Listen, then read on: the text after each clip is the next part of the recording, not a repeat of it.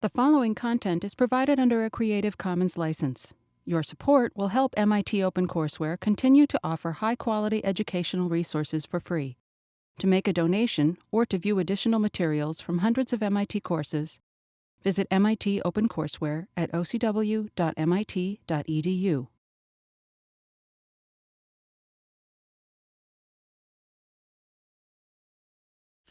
All right, you guys ready for some more games? Today we will finish off two-player games in particular. So last time we were in this world of two-player games with a polynomially bounded number of moves. We proved that Othello Reversi is p-space complete. All of these games live in p-space. And we ended with constraint logic in the two-player case. We proved that's p-space complete. I'll just show you that again in a moment. And then in the rest of today, we'll talk about various other games that don't fit in this table, but in particular, two-player and unbounded number of moves. So exponential number of moves where you get x time completeness for constraint logic and for various practical games like checkers, chess, and Go. Though I won't prove all of those. This is bounded two-player constraint logic. Remember, we could simulate these formulas where here the setup was you could only flip each edge once. And in particular, players could take turns deciding whether to, the white player can set variables to true by flipping these edges. Black player can set variables to false by flipping those edges. Then if the formula is satisfied, white wins. And that was hard. And two-player constraint logic could simulate that problem.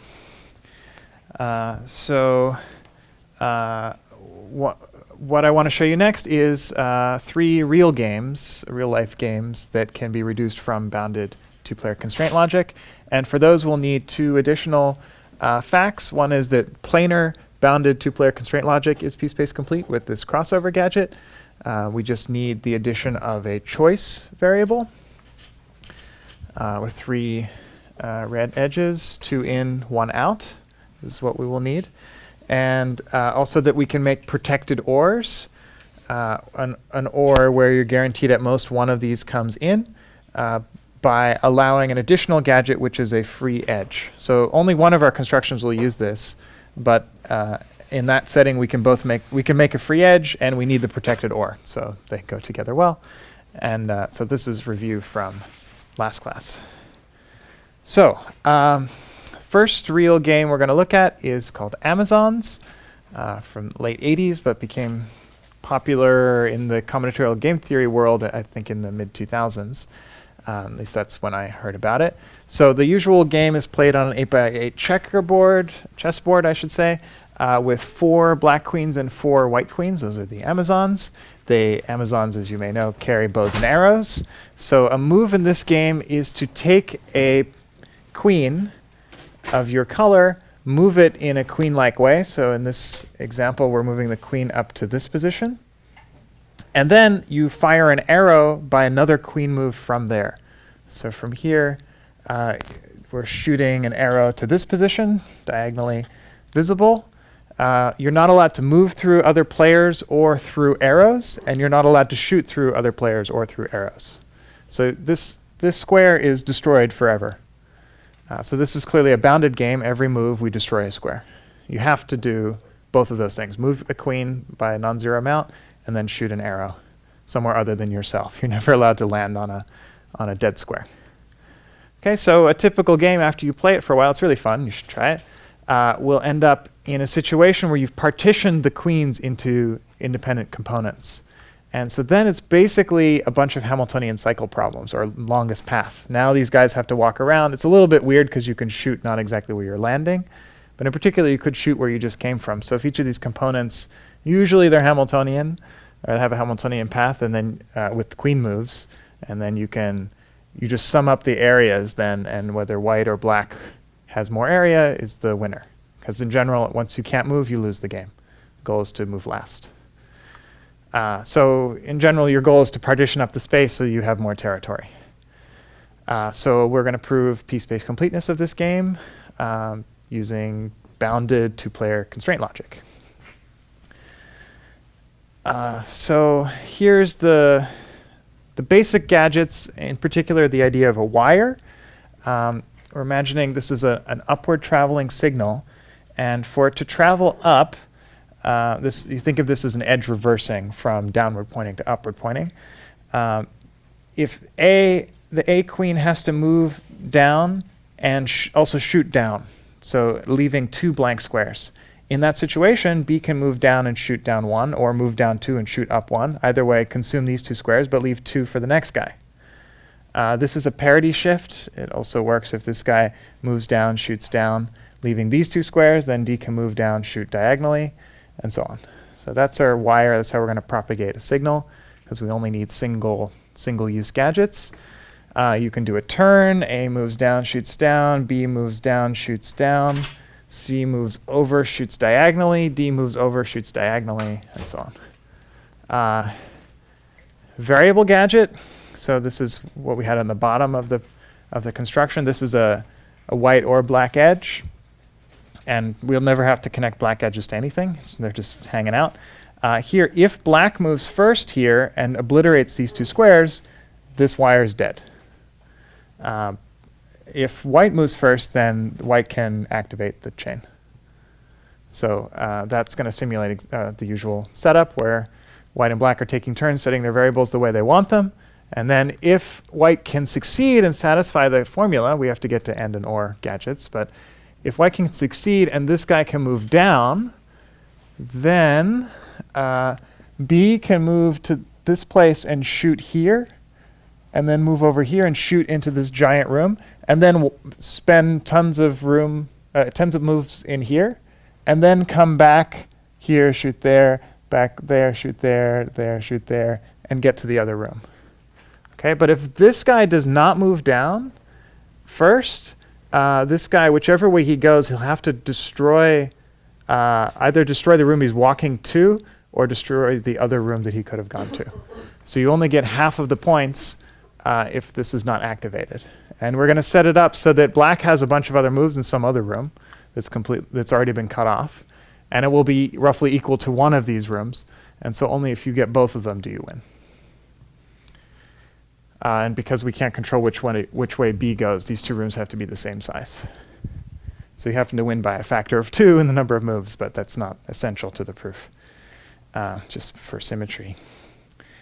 Okay, so those are the basic gadgets. Now we have AND and OR and split and choice.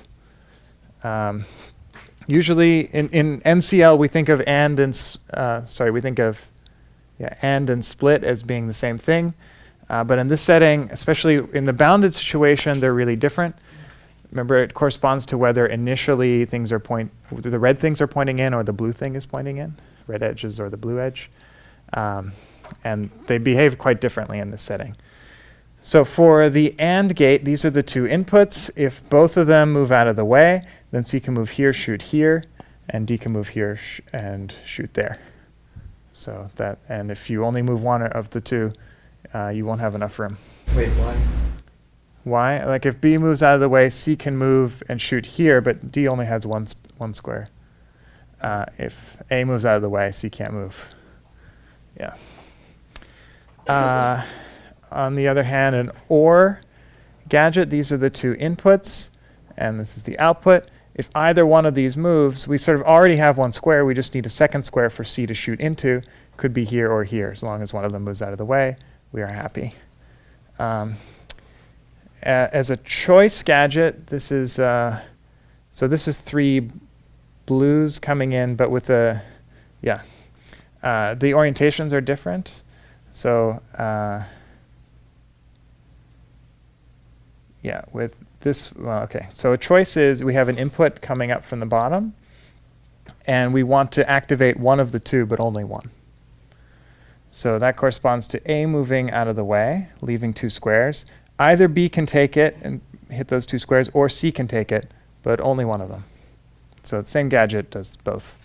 That makes sense because we're not really distinguishing between red and blue very much here. Split is a little bit trickier. Let's walk through it. A moves down, B moves over and shoots here. Then C can move down here and shoot here. Then D can move over here and shoot there using our queen moves. So that leaves these 4 spaces unoccupied. Now E can move down here and shoot there. F can move here and shoot there. And now we've got the 4 squares necessary to trigger both H and G. So that's a split, and that is Amazon's. Therefore, Amazon's is p-space complete. Done. Question? What is choice needed for? Choice is needed for the crossover gadget in particular. Next game we'll look at, these proofs are going to start to look similar, but I think it's helpful to see a few examples. This is Konane. It's a very old game. We don't know how old, invented by Hawaiian Polynesians. First documented in 1778 by Captain Cook.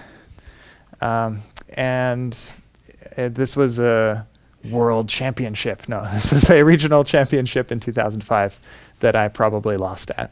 But it's these. We like to play it with Go stones. That's not the original formulation, but you have 2 colors of stones on a square grid, and it's something like peg solitaire, but with 2 colors.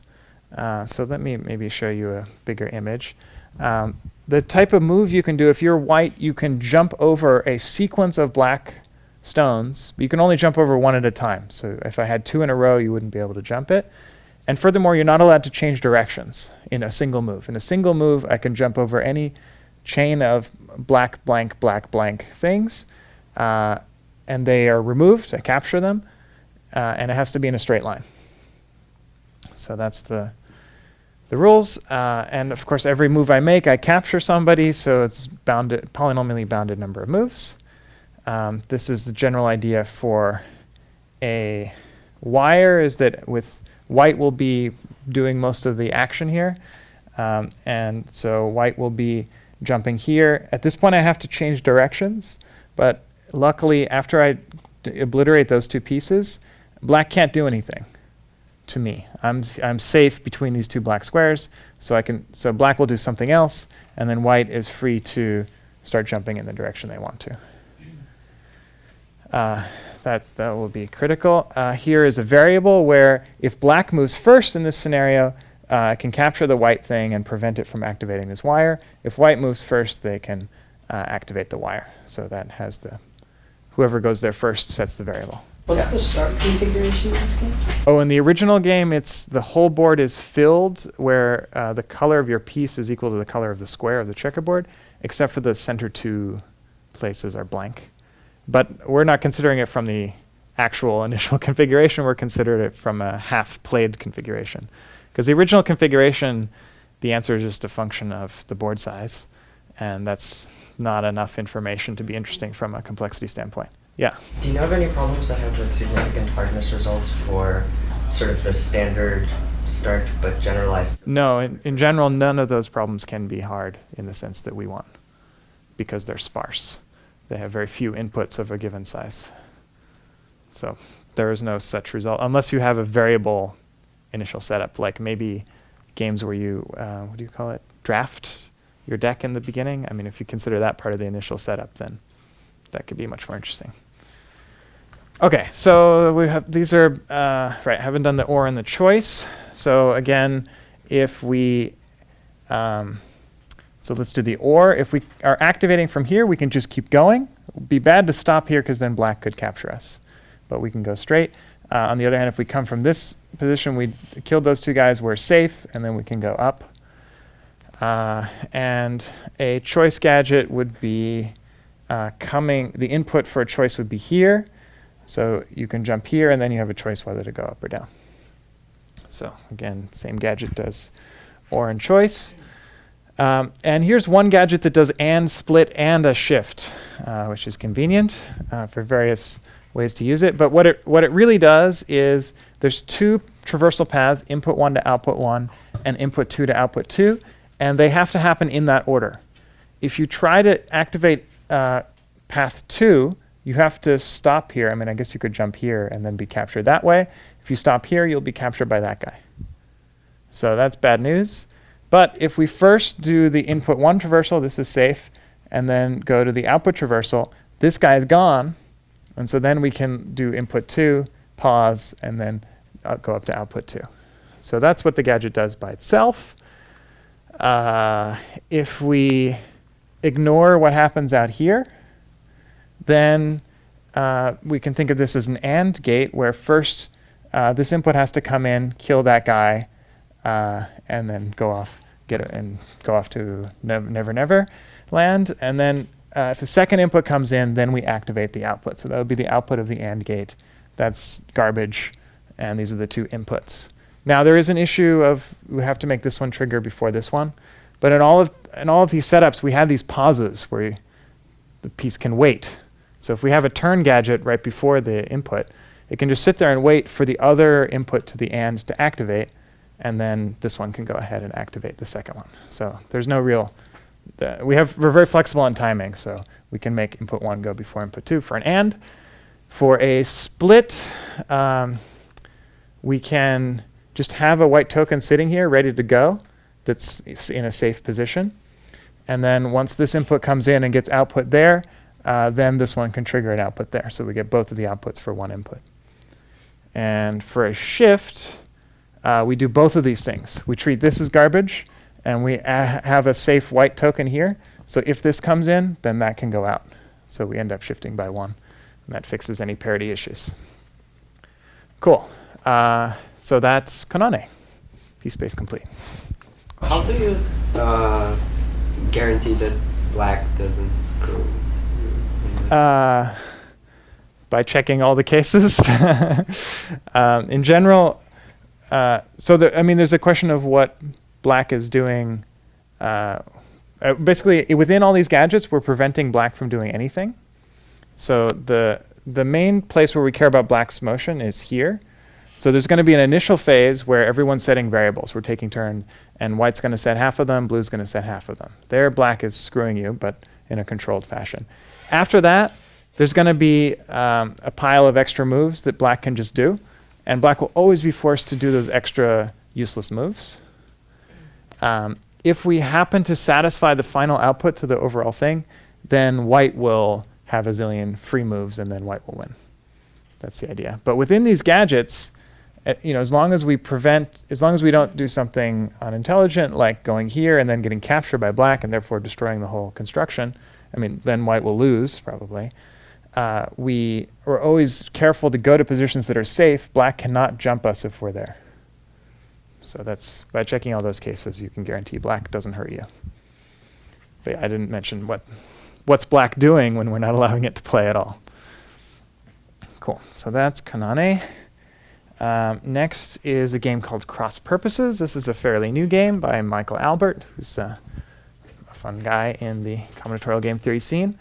So again, we're going to play with ghost stones, but what you should imagine is that black stones are towers of 2 blocks, and then you can push them over. So in this case, we took this tower, pushed it up, and so it occupied those 2 spots. But once it's pushed over, it's kind of dead, so we draw it in white. And then, for example, we could take this tower, plop it over to the right, and get those 2. Now, to make this a fun 2-player game, this would be a natural enough solitaire game. But to make it a 2-player game, we're going to have 2 players, one called horizontal, which can only do this type of move, and another player called vertical, which can only do this type of move. So what's fun here is that it's the same black pieces used by both players, but one of them can tip them left or right, and the other can tip them up or down. But again, it's bounded because once you topple over a tower, it's dead. So this is going to be P-Space complete by reduction from bounded to player constraint logic. So some question? Yeah. What's the goal of the game? The goal of the game is to move last. If you can't move, you lose. And that can be asymmetric. Some pieces are only going to be flippable up or down. Yeah, a lot of games have that feature. It's called normal play. In fact, it's so common that last player to move wins. So a wire is going to look something like this. In general, I think vertical is the player that we're rooting for, and we're trying to decide whether vertical can win. And we're going to set up horizontal, unlike the previous game, we're going to set up horizontal in a position that it never has any moves, except the one that you give it right then. So the idea is that we as soon as we move A down, then horizontal has a move, maybe playing B, and then we have a move, and so on. So that will trigger. That better not stop at any point. Although we always want to set it up so when we're switching gadgets, it's our turn to move, because the horizontal player will never have another move to make. This is what it looks like after. I mean, things are just filling in if you've partially filled in this thing. Here's how we make a variable. So here, in the initial phase of the game, horizontal will have moves. Horizontal could play this, filling those two squares, preventing us from playing this wire. So whoever goes here first will claim the thing, and if it's vertical, then it triggers the true value. Okay, we can also terminate a wire like this. This is always good for us. We can just trigger it whenever we want as vertical. So we need that for free edges, which we need for the protected OR. To clarify or to fix what I said before, for the initial n moves, we're going to horizontal and vertical are going to exchange variables, take turns picking them. At that point onwards, horizontal has no moves except the one right after. We're forcing horizontal to always play the way we want. So after this is done, then as soon as we move this, then horizontal has a unique move. So it will cooperate. Horizontal has to cooperate with us to fill in wires. Okay, so here is a protected OR. So if we trigger this, then this triggers, then this triggers, then this triggers, then that triggers, and so on. So that's all good. The reason it's a protected OR, the trouble with if we activated this twice, so first we activate through here, say, and then we activate here, and then as vertical we move B down, now horizontal has no move. So that would be bad news if we sort of waste a trigger like that. And so that's why we need a protected OR where only at most one of the two sides will trigger. Okay, choice gadget is the same but rotated 90 degrees, and that makes a big difference because horizontal and vertical are flipped. So input is here. So if we trigger this, and then this, and then this, and then this, then as vertical, we get to choose whether this one activates or this one activates. So it's important to make it the right player. Okay, and here's the mega gadget that does and split and shift. If we try to activate input 2, these topple over, this topples down, and now horizontal gets a choice, and horizontal is going to be mean and push B over and prevent this thing from activating, because it wants to prevent you from doing whatever you're doing, because eventually you're going to get to a place where you win. Where you have a single move and then horizontal doesn't have a move. So that's in horizontal's interest to block you. But if you first did all of these toppling, topple this down, over, down, over, down, over, down, over, then in particular you put a white token here, and so B won't be able to do that. So when you activate these guys, D will have to go over, and out you go. Okay, so and then it's the same thing, either putting a free wire in input 2 and or ignoring the output from output 1, we get and split and shift. And I think that's it for cross purposes. Question? I probably missed it, but did you show turn gadget? I maybe did not show a turn. Yeah, there's a turn gadget. Good. I didn't talk about it. It works in the obvious way, but yeah, it is definitely a little tricky to make sure you can do it, but it works, yeah. Back to the normal play condition. Are these games different for like the Misère version of the rule set? I mean, in general, those games are different if you want to move. When you can't move, then you win. But from piece-based completeness perspective, it should be the same. It's really whether you are starting the quantifying sequence with an exists or a for all, and both end up with the class piece-based. So there may be a way to distinguish them, but at our level of granularity, we're not distinguishing. Yeah. Do you know whether it's piece-based complete for arbitrary setups with only black starting tokens? Oh, I see. No obstacles. It's like a more natural starting place, like you're starting with a. Yeah, that's definitely not known. I think it would be cool to think about. Only black tokens, no initial whites. All right. So that's all I want to say about P-Space. I think we're done with P-Space. We first did P-Space here, then P-Space here last class, and then P-Space here. So now we're going to move up to X-Time. 2 players, unbounded number of moves. X-Time turns out to be the right class. Oh, I lied.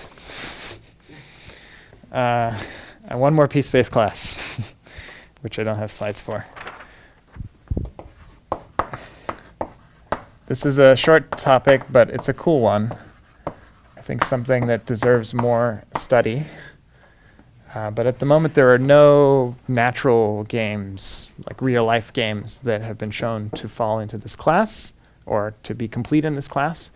So this is stochastic games. The idea is you're playing against a random opponent. So you have 2 players, and one of the players is random. So it's hard to identify with randomness. So the other player is you. Your goal is to win the game. And you know that your player is just flipping a coin every time and playing randomly, say uniformly or some distribution that's known to you. Think of games where you're rolling dice or drawing cards, or there's some random aspect to the game. How hard are these games? Well, what's been studied, this is a Papadimitriou paper, is for bounded 2-player stochastic games, the answer is P-Space again. So for example, here's a game, a formula game, stochastic SAT. We want to know, is there a move such that for a randomly chosen move, I like this notation, we have exists, and for all, backwards R is a random quantifier. There exists an x3 such that a random x4. So this is uniform random over 0 and 1, the binary choice 0, 1. We want the probability of, this gives a distribution. We want the probability of the formula being satisfied being greater than 1/2. I'm guessing you can pump that up to be with high probability, but just deciding whether you can win by a probability strictly more than 1/2 is P-Space complete. So this is cool. I mean, to me, intuitively, randomness should be weaker than an adversarial player where you replace these with for all. It's just, but it turns out they behave roughly the same, essentially by a probability amplification argument. It's a little detailed to go into here. And so far, there are no reductions from this to what I would call natural games. There are a few examples in the paper, but none around rolling dice. Or I would love to apply this to like playing Tetris, or in the paper they mentioned backgammon as a candidate, something like that, where you'd like to get P-Space completeness in a bounded setting. So throwing that out there as an interesting direction to study, but I will end it there. Now we can go to X-Time, 2 players, unbounded game, adversarial player, no randomness. And we get X-Time completeness. So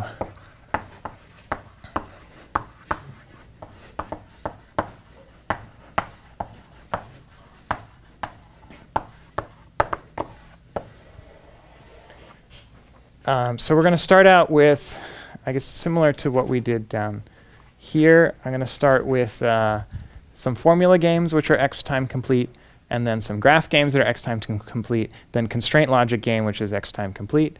And along the way, we'll prove some hardness. There are fewer results here in general, I would say. In particular, I don't have a good example of using constraint logic to prove a fun game hard, though they probably exist. We just haven't gotten there yet, so more open problems. But there are a lot of cool base problems out there, and this field started by a paper by Stockmeyer and Chandra in 1979, and it's been the basis for pretty much all X-Time hardness proofs. X-Time hardness is really cool because it implies exponential time. any problem that's x time hard cannot be solved faster than exponential time.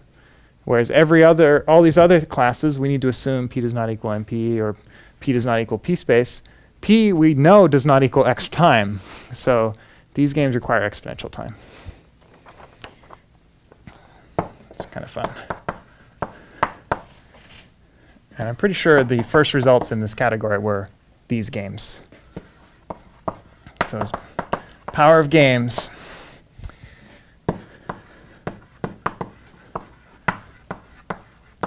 So in general, we're going to have some formula, maybe a couple formulas, but definitely we have a variable assignment, and the state of the game is going to be your variable assignment and who's going to move next, player 1 or player 2, black or white. Again, we'll use that notation. And we're going to start with some arbitrary variable assignment. That's part of the initial state of the game, the board, if you will. And in general, you can set variables to 0 or 1 as many times as you like. That's what distinguishes this from bounded games. And all of these games are going to be partisan, term we used last class. So meaning we're going to have black and white variables.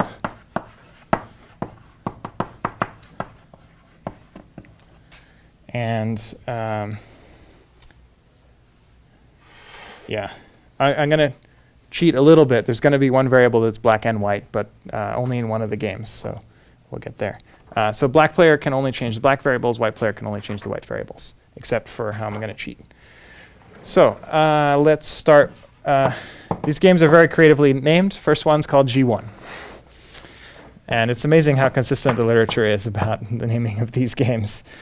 So in G1, a move by a player is to set all the variables of your color. So if you're white, you're going to set all the white variables. If you're black, you're going to set all black variables. And set here means you get to choose whether it's 0 or 1. So you're just going to completely rewrite all of the variables of your color. And then here's the cheat. We're also going to have a single variable that's shared between black and white. Call it t. And it's going to be 0 if it's player 2's move, 1 if it's player 1 move. I mean, it doesn't really matter. But I guess 1 and 1 is nice. So that's the moves. What's the goal of the game? You're going to lose the game if you satisfy, by making your move, you satisfy a common between the two players for DNF formula.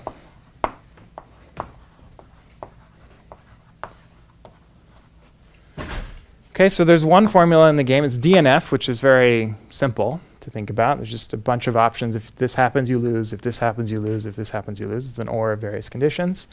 So you want to move in such a way that you do not satisfy that formula every time. And in each move, you can rewrite all your variables. But this formula does involve t, which lets you care about whose turn it was. So that's cool, very clean. I mean, the players have a lot of power here. This is the first game. Proved hard. A little tricky to work with because in most games you can't set all the variables at once. Generally you're only setting one variable at a time. So all the other games are going to be setting one variable at a time. At this point we're just defining. Then we'll use these games to prove some hardness. Okay, G2, the next game, is a move is going to be set one variable of your color.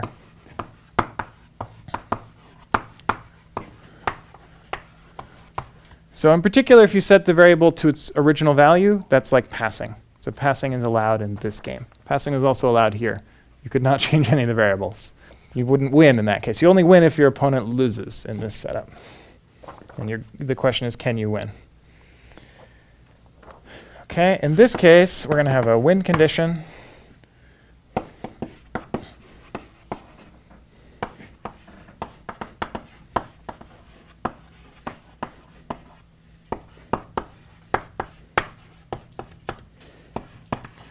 In this case, white and black have their own winning formulas. They're in 12 DNF, still DNF, but a little bigger.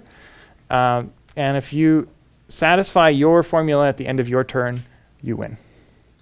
And vice versa. And move is set, just change one variable at a time. So that's a very useful game. Next is G3. A slight variation. G3, we're going to flip one variable of your color. And then we're going to lose if you satisfy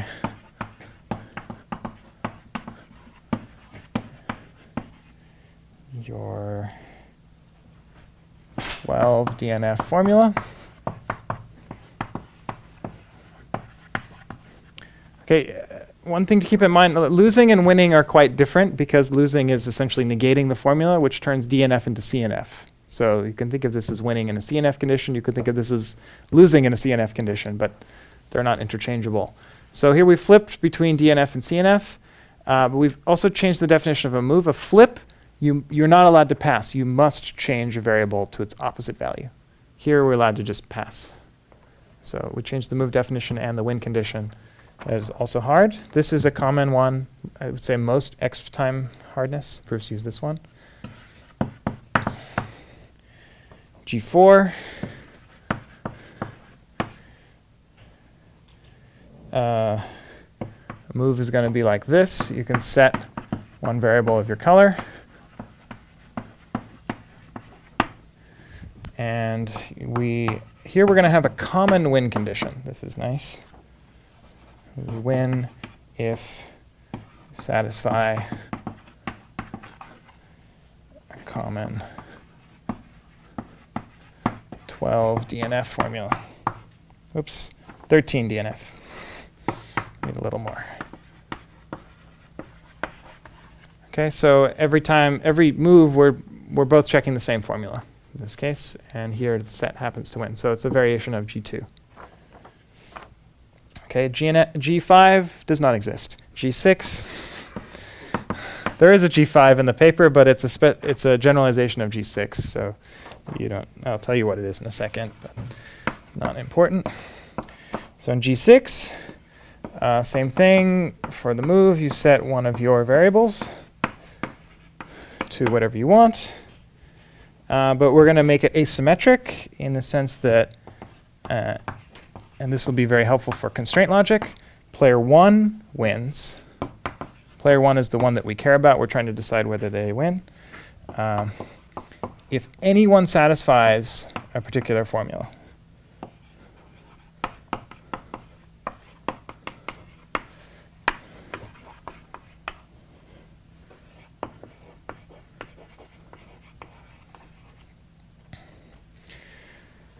Okay, so there's one CNF formula. If it's ever satisfied, player 1 wins. If it's never satisfied, you get a tie. And we want to know whether player 1 can force a win. So this is very compatible with the sort of thing we were doing before with, it was like the game problem from last class, but in particular the constraint logic games. So we'll use G6 for constraint logic. G3 is most other proofs. Okay. So these are all X time complete formula games, yeah. Sorry, I'm a little confused about G1. So I can pass by just setting none of my variables, right? Yes. So then how could I ever lose? Because if You can lose if the turn variable change satisfies the button. oh, you could just yeah. set the turn variable. Oh, okay, sorry. I missed that. Well, it changes every time. So yeah, right. I think you could set your variables in such a way when it's the opponent's turn, no matter what they do, the formula becomes satisfied and then they lose. Yeah. Good. Ooh, but then it became satisfied on my turn. Sorry. But t was a different value. So when it's your turn, you set t to 0, or you set t to 1. And so then maybe the formula is not satisfied. When it's the opponent's turn, even if they pass, t is set to 0. Yes, t is part of the formula. Where does the 12 come up? Is that from the previous? I think it's from the previous result, yeah. Didn't we have an 11 or a 12? It was 12. Yeah. All right. in case you prefer real games, as I do, here is a physical instantiation of, it could be many of the games. The one they chose to highlight was G4. So this is a game called Peak, and it's been reappropriated. That name has been reappropriated for many other games, which we will talk about in a moment. But the idea is you have a bunch of trays. Each tray has a bunch of holes in it. Everybody knows where all the holes are. Each tray has exactly 2 positions, in all the way and out all the way. It's like here. And there are white trays and black trays. White player can, so in G4, white player can take any of the trays of their variable, and if they want to, toggle its state. They can either push it in or pull it out or leave it as it is. And then you're going to win if, viewed from above, there's a hole that sees all the way down to the ground. So you could put something red here. And if you see red at the top, then you've satisfied a DNF formula. It's common between the two. So the first player to make a move where you can see a hole all the way through, that is expressing a DNF formula. So that's kind of a fun way, geometric way to think about these games. And you could adapt it to all of these games just with slightly different geometric setups. We'll see one in a little bit. Okay. Cool. I have here, next thing to mention is why are all these games in X time? I think that's worth talking about. The idea is pretty simple. All these games, I mean, you can represent a state in polynomial number of bits. It's just the current setting of the variables and maybe whose turn it is. Therefore, there are an exponential number of possible states. And the approach is basically to build the entire state graph and then rank for each position, whether it's a win for one player or a win for the other player. And I think the easiest way to think about this is you start with all the configurations that satisfy the win condition. And you call those mate and zero positions. And then you do sort of min-max search, or you from there you can compute in polynomial time, in exponential time, you can compute, find all of the moves all of the places where you can make a move and any response leads you to a win position. And those are the mate in one positions, or in 2-ply one move, one pair of moves, and so on and so forth. And so then there's, at most you are going to be mate in exponential because there are only exponentially many states, so the longest mate path is going to be exponential. So you can do like for k equals 0 to the total number of states, which is an exponential, compute mate in k. And then you've characterized the whole state space in merely exponential time, and now you know which ones are winning states. And then you check whether yours is one of them. So there's probably other ways to do it. You could probably start from your initial configuration, but this makes it clear that it's at most exponential time that you'll be spending. Not polynomial space, because we're building the entire graph here for this to work. We have to remember for all the states that we visited so that we can check for duplicates. So that's intuitively why we're in exponential time, bigger than p space, assuming p space is not equal x time, which we believe. Okay, cool. So let's do some graph games next. I have 2 games to mention and a proof for one of them. So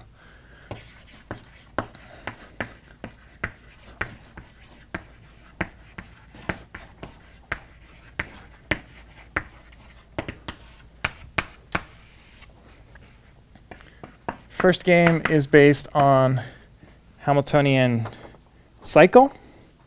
So this is a funny kind of game, but it's, well, and the claim is you can do this for a lot of different NP complete problems, but in general we have a graph. Every edge of the graph is either black or white, and black player can only play black edges, white player can only play black edges. In addition, every edge is either in or out, in the graph or currently out of the graph.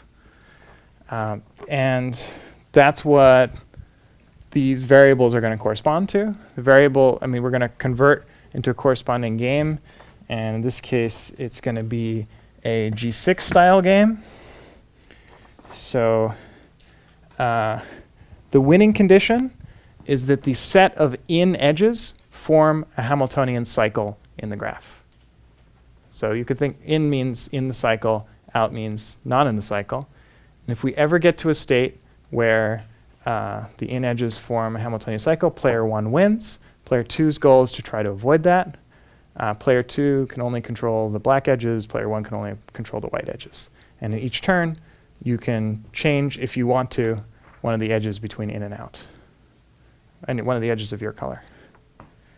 So I'm just going to leave it at that because I don't, the proof is not terribly interesting. No gadgets. But this next game is, I think, a lot more fun, more surprisingly hard, and it has a nice clean reduction also from G3. So what's the game? We are given 3 graphs on the same vertices.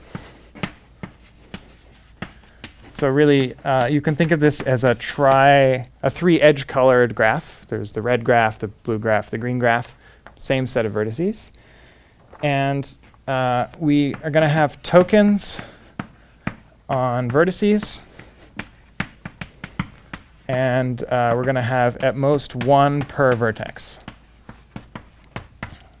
There are white tokens and black tokens. And a move by a player is going to call it slide a token, exactly 1 of them, of your color,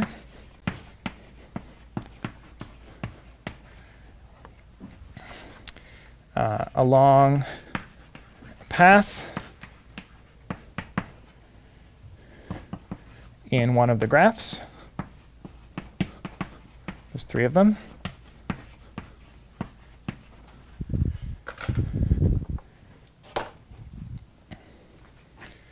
And that slide has to satisfy a few conditions. One condition, which is that the target vertex you get to and all intermediate vertices that you follow along the path must be empty. They should have no tokens. Okay, so you pick up any token of your color. You pick a color, red, green, or blue, and you follow a red path, or you follow a green path, or you follow a blue path. As long as that path doesn't hit any other tokens, then you drop your token, erase it from where it was originally, and you keep making moves like that. What about the win condition? If we look at a player, I'm going to call the players 1 and 2. Player I will win if they get one of their tokens to a node in the win set WI. So there's going, also we're going to color the nodes as winning for white or winning for black. And if you ever get a token to a winning spot for your color, game's over, you win. Okay, so this is a pretty natural token sliding game. And it's X time complete, very hard.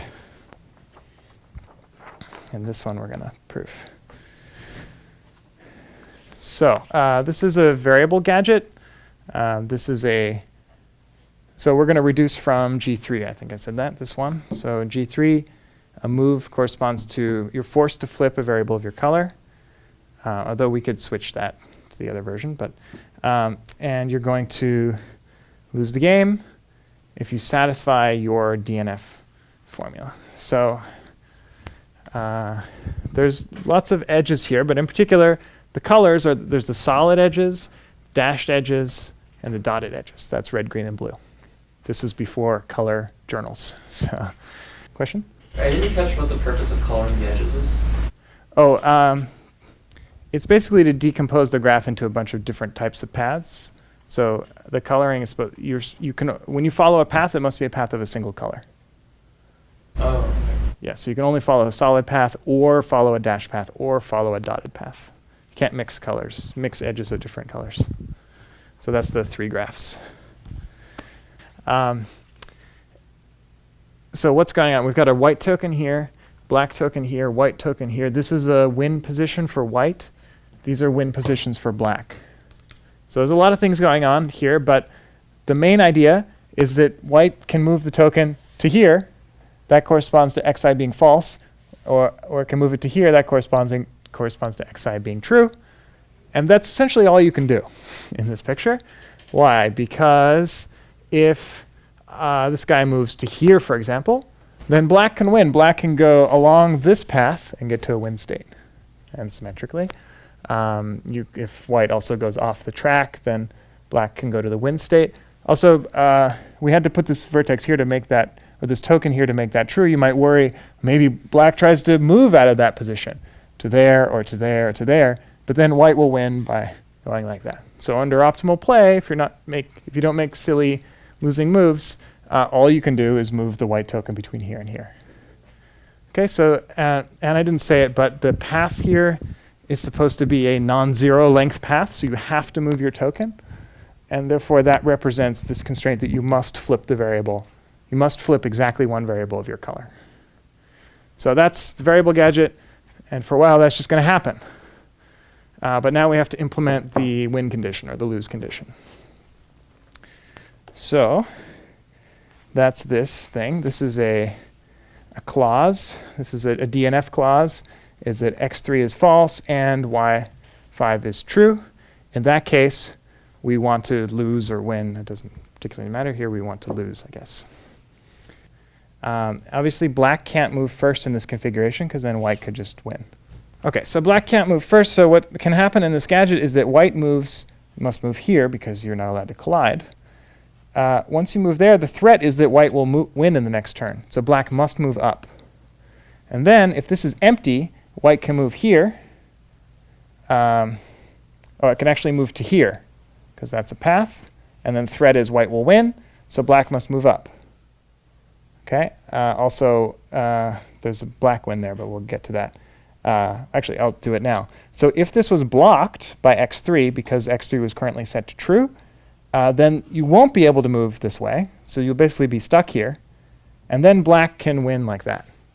Okay, so you don't want to activate this gadget unless this is clear. Similarly, we don't want to activate it unless this is clear. So if we're up to here, then white can move up, threatening to win. Therefore, black must move up. And then if this is clear, white can move up to there. And then black has to go there to prevent this win, but white can win that way. Okay, so white is going to win if this clause was satisfied or unsatisfied, and I'm a little confused about how many times we've negated, but I think you get the spirit. And if this DNF clause is satisfied, then white wins. And you can have a bunch of these clauses just sitting around. These are all vertices unique to the clause, except for these guys, which are shared with the variable gadgets here. So those are the same as these vertices. They're all glued together. No planarity here. Cool. So that's X time completeness of this game called Block.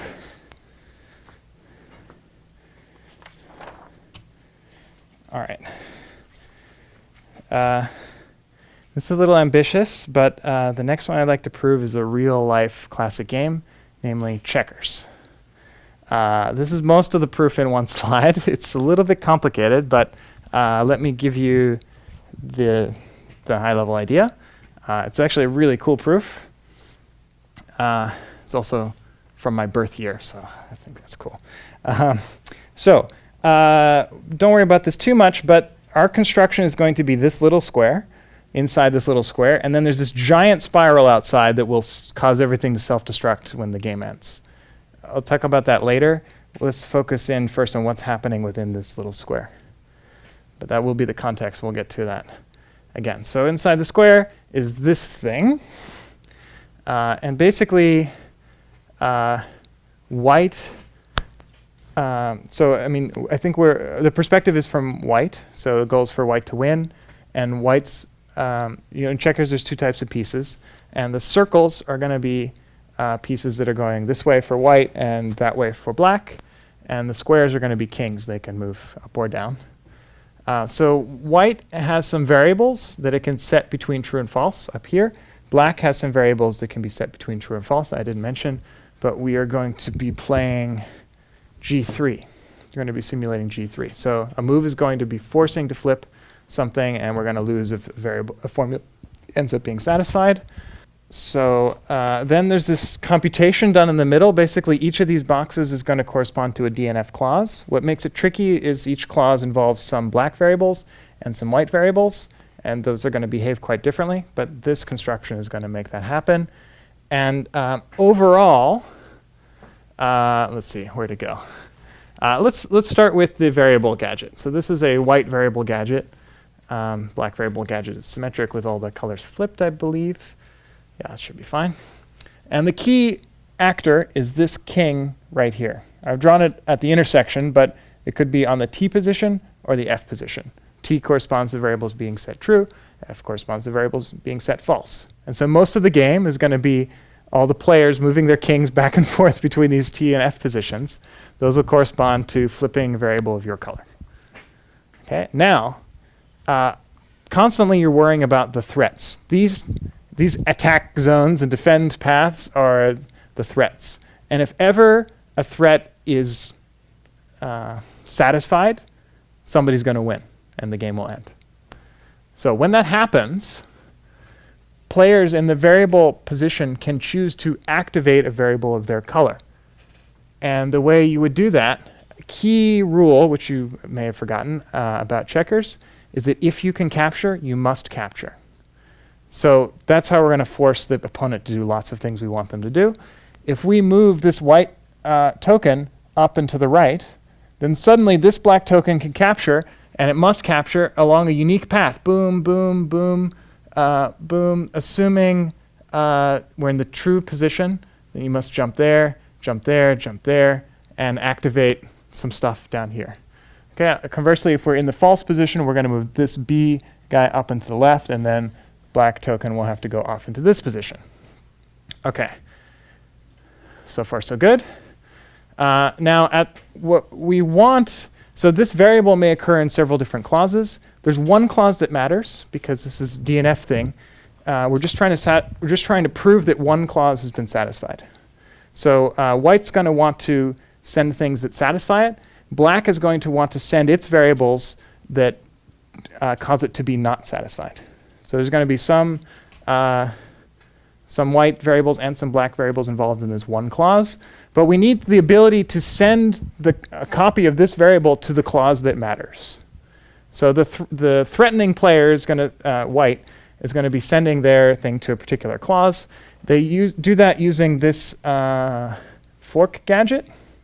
So if you're coming from up here, and you jump here, and jump here, black jumps here, and that's the end of black's turn.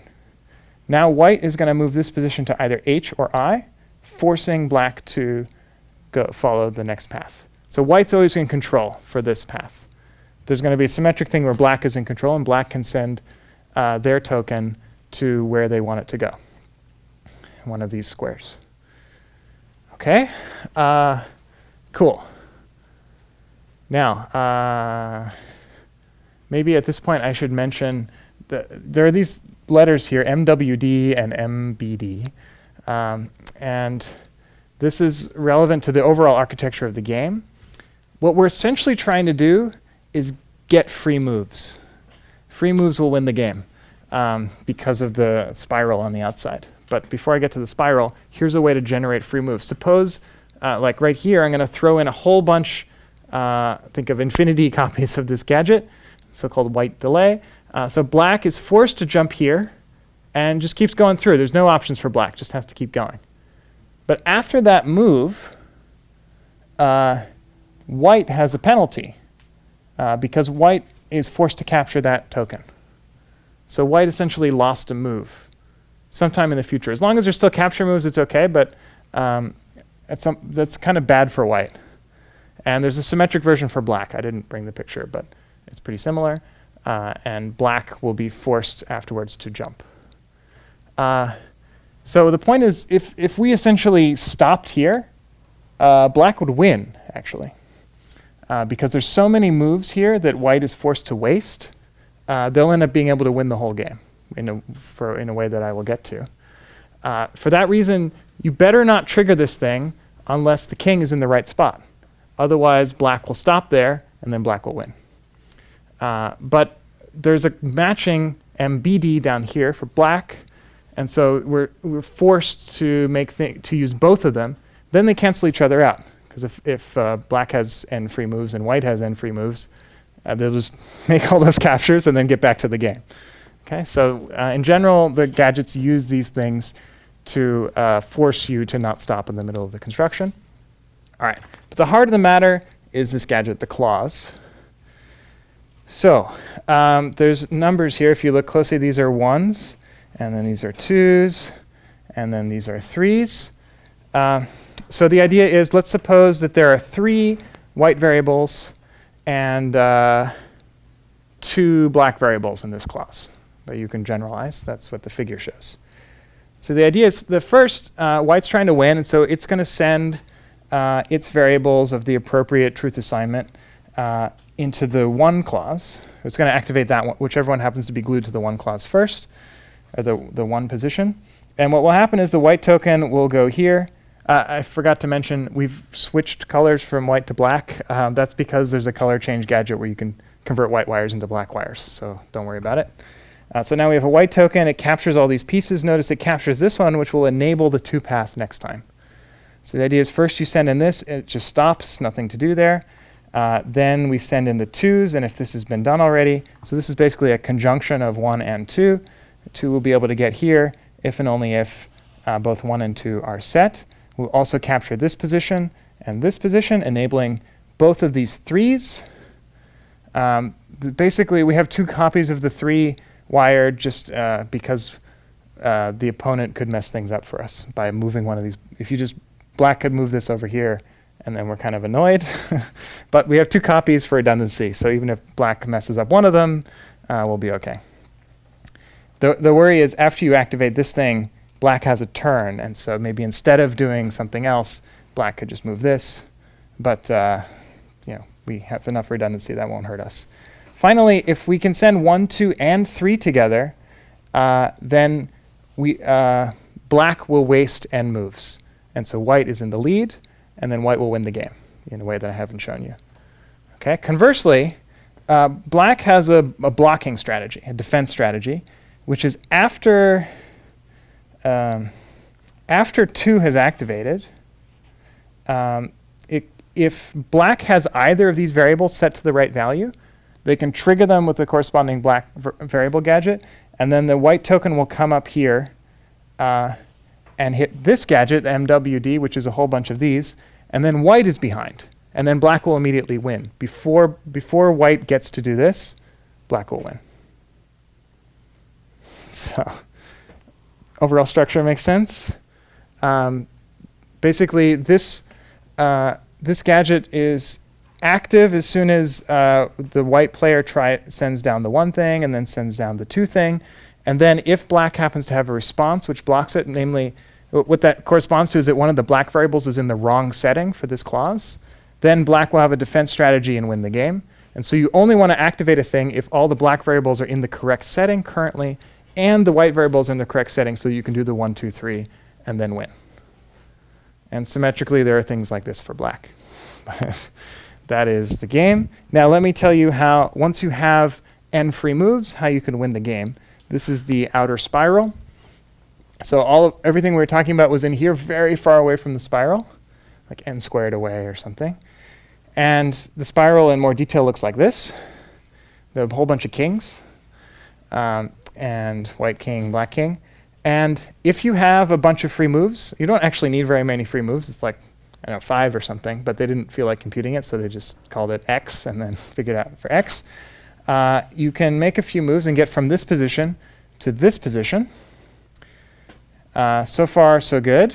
Still have a free move. I'm going to move this A king to the B position. at that point, black has a forced jump. Now, they may have other forced jumps. We'll just sit there and wait for them to do all their forced jumps. And then black will have to make this jump, capturing one of these kings. So this guy is basically to prevent you from jumping that way. So this guy moves down, which forces this guy to jump here. And then from here, you can jump here, here, here, here, here, here, here. So satisfying. Take all the black kings on the outside. Now you own the entire spiral, which is a huge number of things. The number of rings of the spiral is greater than the number of pieces in there. And also these things are very far away. So with you have plenty of moves. So whatever's happening in here, chaos could be happening. But you can rearrange the white spiral into a bunch of white rectangles. And it's already been shown conveniently that if you have n white rectangles in this sense, surrounding less than or equal to n pieces, then you win.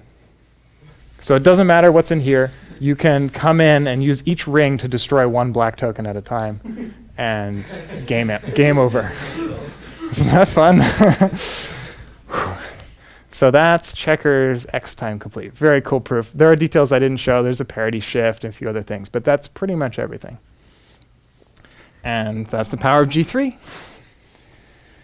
Okay. I'll just show pictures for chess.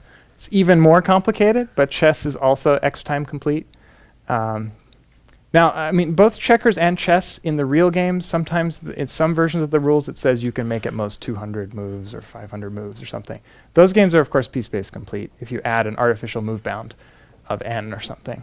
But if you don't, the natural game, I think, is when you don't bound the number of moves, then they become X time complete. This also from G3. That's all I'll say about chess. Yeah. Do you know in chess what pieces are used? I think it's just pawns and bishops, which is pretty cool. One of these figures. Oh, it's on the left. Yeah, white pawn, white bishop, black bishop. I'm pretty sure that's all of them. But it's a little hard to tell in this figure. I think you need a better scan to know which are which. Okay. And this paper is a little hard to find, but I got a scanned copy. Go is X time hard. So how many people know Go? Good, almost everyone.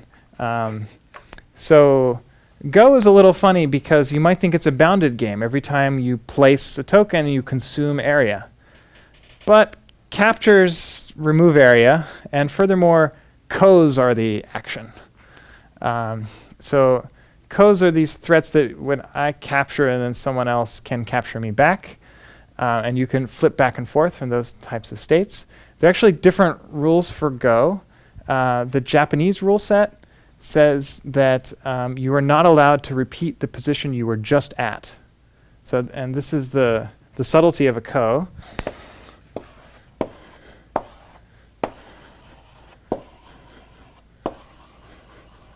So this is the canonical simplest Ko. So if you move white here, you capture this stone. And under Japanese rules, you're not allowed to repeat the previous position, which means you're not allowed to immediately play back here and capture this stone. You can see why it would be kind of a boring game if you just went back and forth capturing the same guy. But as long as you play anywhere else, then you can come back and capture. That's the Ko threat. Okay. That game is in X time. And Go is X time complete under Japanese rules. Because, well, in some sense, because the number of states is still only exponential, you just need to remember the current state and the very previous state, because the Ko rule is that you're not allowed to repeat the previous state. In the USA and China, there's something called a Super Ko rule, which is that you're not allowed to repeat any previous state of the game ever seen. That means you are not necessarily still in X time, because you might need to remember all past states, which could be exponentially long, so it's like doubly exponential size. In general, you are in exp space, and it's an open problem whether Go is, with Super Ko, is X space complete. Currently, best known lower bound is X time hardness. I won't cover the gadgets here. I mean, it's even more subtle because you can't really be capturing. It's all about Ko threats. Or you can't really be adding pieces. You have to constantly be capturing because you must conserve volume. You're running for exponential time. Be quite an interesting game to watch, but it's a reduction, I think, from G3 again. Okay, that's Go. Let me tell you a little bit about constraint logic. So we get a question. Sorry, I was just wondering if you're allowed to use super polynomial reductions for X time hardness. So in fact, all the proofs I've seen in this world use log space, which is even stronger than polynomial time. I don't know why, probably just because they can and it's slightly better. It makes sense to use log space reductions for p-space hardness, but they ended up still doing log space reductions for x-time hardness. For my purposes, I think polynomial time would be fine. You could imagine using a little bit more time. Definitely you don't want to use exponential time because that wouldn't preserve a lower bound, but you could use quasi-polynomial or polynomial space or some crazy thing. But all the claims I've made don't even need polynomial time reductions. Pretty strong. Yeah. That rule just like confuses me a lot. Of like you can't. So that means I can't ever go in the erased area. So like. Well, you could play here as long as something else changed. You cannot repeat the entire board configuration. So it's not about the local configuration can repeat. So as long as something else has changed, then you can play here. But then it's like the same rule, right? Like just make one other. It's the same rule, but if you have 5 of these, so in the co-rule, as long as you're basically playing them in a different order, you can keep playing around and co. But in the super co-rule, at some point you're going to run out of co-patterns, and at some point you won't be able to repeat something, and that changes how the game behaves. Of course, we don't have a hardness proof for that case, or stronger hardness proof. Yeah, it's subtle. Okay, 2-player constraint logic, unbounded, is also x-time complete. This is a reduction from G6. You can set one of your variables however you want, and player 1 is going to win if we satisfy a CNF formula. So the formula's out here, or here, or here. This is a white variable. This is a black variable. The only difference is this edge is white here. This edge is black there. Okay. So the idea is this can be set left to right. If it's left, that corresponds to false. If it's to the right, it corresponds to true. And so most of the time, players are just going to be flipping their edges back and forth. It'll be a pretty boring game. But at some point, there's this constant threat network, which is if the formula is satisfied, then the white player is going to be able to win. How do they win?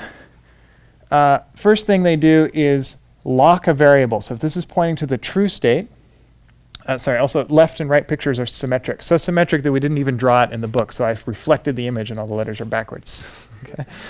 So let's say the variable is pointing to the right. So white is going to lock the variable, prevent it from flipping anymore by flipping this edge. Now we enter attack phase. And lots of things happen. So this is a split gadget. So immediately, for example, black could flip here and start winning the game. There's a long path here. It's slow, so it's a long path. But eventually, black will win the game if the timer starts ticking now, potentially, if black chooses to follow that path. Simultaneously, white is going to flip this guy, then flip this guy, then flip this guy, and activate the formula. Okay? Now, it's a little awkward because we needed 1, 2, 3, 4 moves to trigger the formula. We basically want to consume 4 moves of black so that things remain balanced. And that's this 1, 2, 3, 4 flips. If black does not flip all of these edges, then white can flip this, and then flip this, and then flip this, and then instantly win. That's the fast win track. So to prevent that, black must flip this edge. It can't flip this edge until it's flipped this one. It can't flip this one until it's flipped this one. So as soon as you lock a variable, black must respond with A. And at that point, white can afford to flip here, and black must respond with B, and then flip here. Black must respond with C, and then flip here. Black must respond, flip here first, and then flip D, and then you can activate the formula. So then white and black are balanced again. What's cool about that is it means white can not only lock this variable, but lock all of the variables. Every variable behaves the same way. And the goal for white is to get all the variables locked so it can start triggering the formula. So every time you lock a variable, black is forced to respond in a particular way. And so after that, white can lock the next variable, both the white ones and the black ones, locks all of them. And now the formula is basically primed, ready to go. Variables can't change anymore, and now we're in full attack mode. Cool. Then the formula happens. Meanwhile, this slow win is probably happening, fusing, and we set up the formula so that if it's satisfied, you end up flipping the win edge in time, in a certain amount of time, and this is slightly longer, so if you don't end up satisfying the formula, black wins, and then that was not a valid threat. You shouldn't have triggered this attack mode. Right, there's another threat here, the slower win, which is, so I assumed that people were flipping these edges, but it could be actually black flips A early. But if it does that, then white will eventually win through that path. So this win path is just to prevent A from flipping before it's locked. And the timing is set up right. Obviously, lots of timing issues here, so we have to build up an equalizer gadget that ends up slowing down the traversal of an edge, basically, in a particular way. And these are all of the edges we need, or all the vertices we need. It's a fair number, including some white and black edges, which is a little bit annoying. It'd be nice to simplify the set of gadgets, but that's the best we have so far. And you can use the regular NCL crossover, appropriately making everything else slower so that crossover doesn't slow things down too much. Cool. A couple more minutes. I want to mention a couple of games that do not fit into the table. In some sense, they're higher than the table. So we have polynomially bounded number of moves, and then above that we have exponential number of moves. But if you take those exponential number of moves and add an extra rule, so this is entirely motivated by Go with SuperCo rule. You take any of these games, like G1 through G6, and you add the additional rule that you will lose. So you have the same lose rule, or win rule, but in addition, you will lose if you ever repeat a past game configuration. So it's forbidden to do that.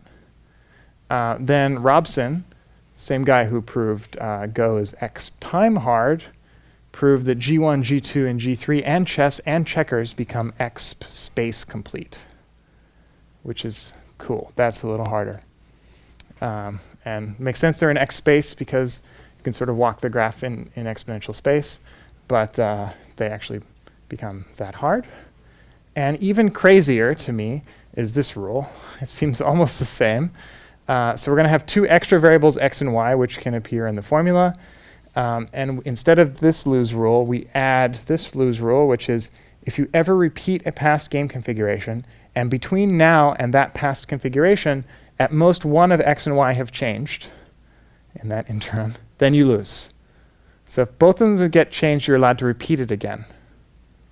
I don't have a great intuition why this makes the game even harder, but it pushes it up to the next level, which is doubly exponential time.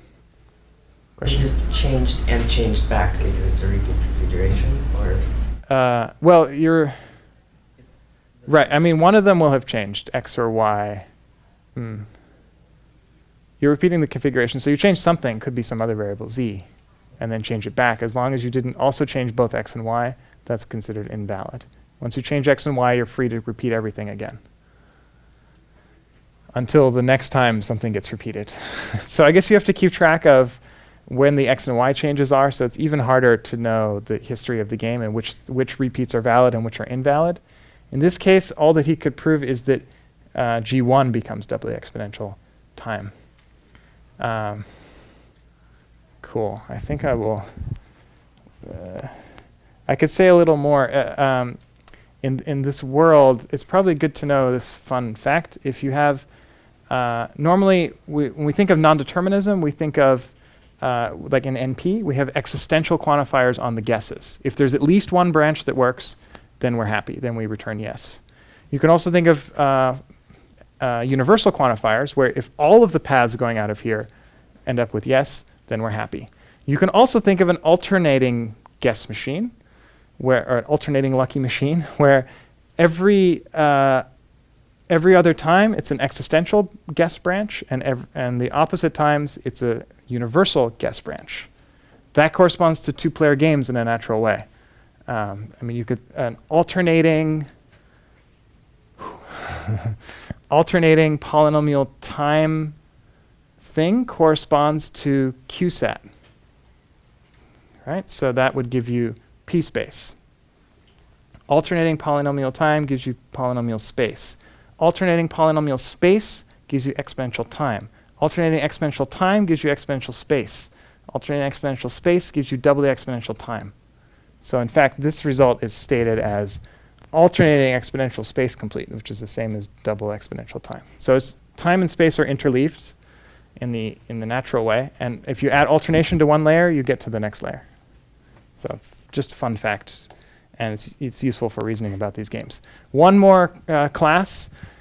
We've so far talked about perfect information games where everybody knows all the states of all the variables. You can define a private information game where you can see some but not all of your opponent's state. You know all your variable settings. In this setting, a slight variation on G1 and G2, we have to generalize the formulas a little bit, become doubly exponential time complete, just as hard as the weird repeat rule. Private information gives you a very hard thing. A more restricted form is when player 1 can't see anything about player 2, but player 2 can see a little bit of player 1. This is sort of a semi-blind game. In this case, G2, at least, is exponential space complete. That's weaker than here. So lots of weird separations here. Not a lot of, there are no well-known games in these categories that have been proved hard. But here's the version of peak. You can redesign the peak structure. So you have some walls here, so you can't see whether this guy's in or this guy's out. Player 0 can only play on these guys. Player 1 can only play on these guys. Player 1 can see all of this state, a little bit of this state. In the blind version, you can't see anything to the right. And because they couldn't do G4, this is the G2 version, which is there's also a wall here, and you can only see red through these holes, and your opponent can see red through these holes. So you've got two different win conditions. That's G2. And so that's a version of peak, which is, this one is doubly exponential time hard and complete, and this one is exponential space complete. So these are like way in the deep end. But next class, we'll talk about this category of team imperfect information games, and then we even get undecidability, which is the ultimate hardness. But that's all for today.